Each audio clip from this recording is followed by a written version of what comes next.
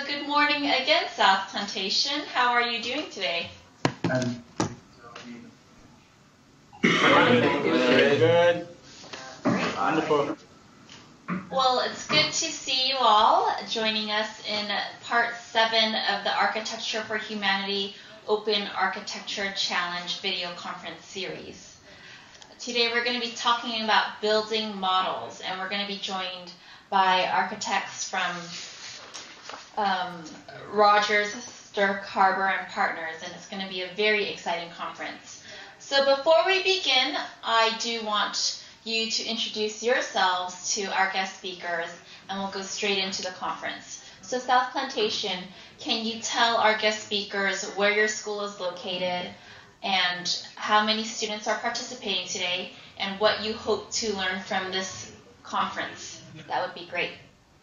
And perhaps add in an interesting fact about your community.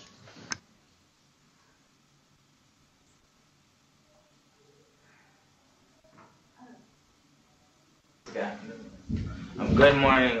This is South Plantation High School, and we're located in South Florida and Plantation, Florida. And our school is basically a magnet, science, and horticulture. And some interesting things about our community is that we have a fantastic football team. You know, we're going all out this season. And yeah, thank you. It's not English football, is it? Stop it. Stop it.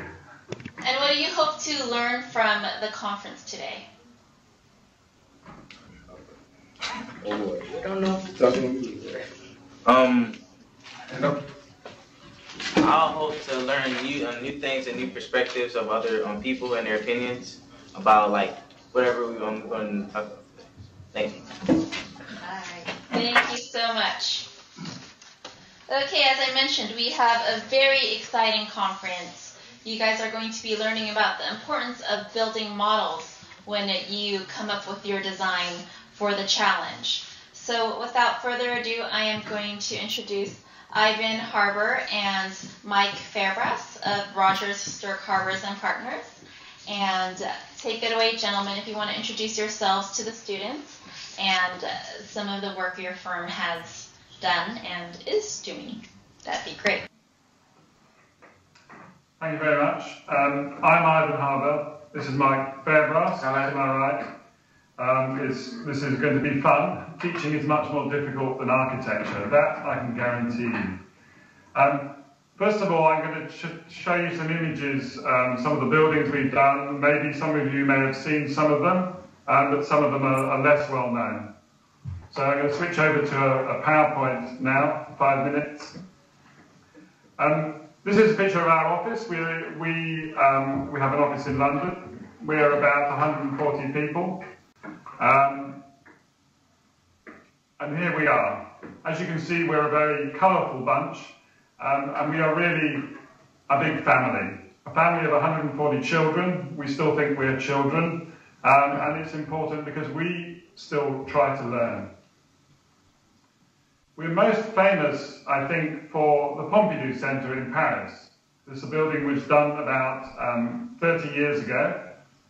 More recently, in London, this is the building we are most famous for. This is a building for Lloyds Insurance in the City of London. We've done quite a diverse range of buildings. This is probably one of the most important. This is the European Court of Human Rights in Strasbourg. We have a very strong social ethos in our practice, and this really represents what we're about. There's an image of a little model there on the left-hand side, which begins to show you how we go about using models to represent our buildings. We've done schools as well. This is a school in Japan. It's a primary school. Again, you can see colour as a theme in our work. This is a school in England, a school in a very poor part of London, which now is the most well-performing school in the UK. This goes to show that architecture and education can go together and produce really good results. Talking about education, this is a law court, and as a law court, not in the conventional sense of the word, as you might imagine such a place, this is a building really about education. It's about giving, if you're unfortunate enough to have to visit this building, this is a building where hopefully you're not judged until you've actually been through the process. And to take that to an extreme, this is a building we did for the Welsh Parliament, whereby all of the public space for the people runs across the entire site. And as you see on the bottom of that image, there's a model, a sectional model there, which shows you a relationship between people and the operations of the building. We'll talk about it later, but sectional models, section shows you volume. Plans just show you the relationship between things. So section is what makes, is the difference between architecture and just planning. This is our biggest ever building. This is a Madrid airport in Spain. It's a huge building, and again you can see that we have a little sectional model there that just starts to describe how that building works. This is a fun building. This building is almost a model as built. This is a little building in Taiwan, and as a piece of architecture you can see it is very legible. You can understand the things that hold it up. You can understand the things that keep the sun off, and you can understand where the air goes in and out.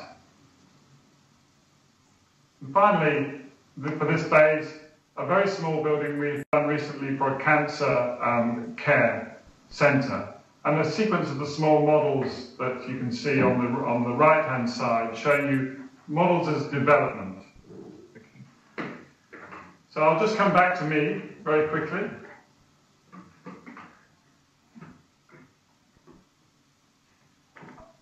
I have here in front of me a number of models, of types of model that we use. Now, the great thing about models is the observer can choose how to see what they wish to see. The problem with drawings, the problem with any fixed images, is that that choice has been made by the individual doing the drawing or producing the graphic. A model, of course, allows you to move around and to try and understand what you wish to understand as an individual about any given topic. Now, what I have here, we use models. This is a model which is about city. So this is the relationship of a building into its city context, and it's talking about scale and about rhythm of a building in relation to city. At a slightly bigger scale, and I've already lifted this one up, this is about the components of a building. How does a building come together? What are the pieces that we need to make this building work? And as you can see, this model is very diagrammatic, but it tells me very clearly about what our building is made of. And in slightly more detail, and probably most relevant perhaps to classroom design,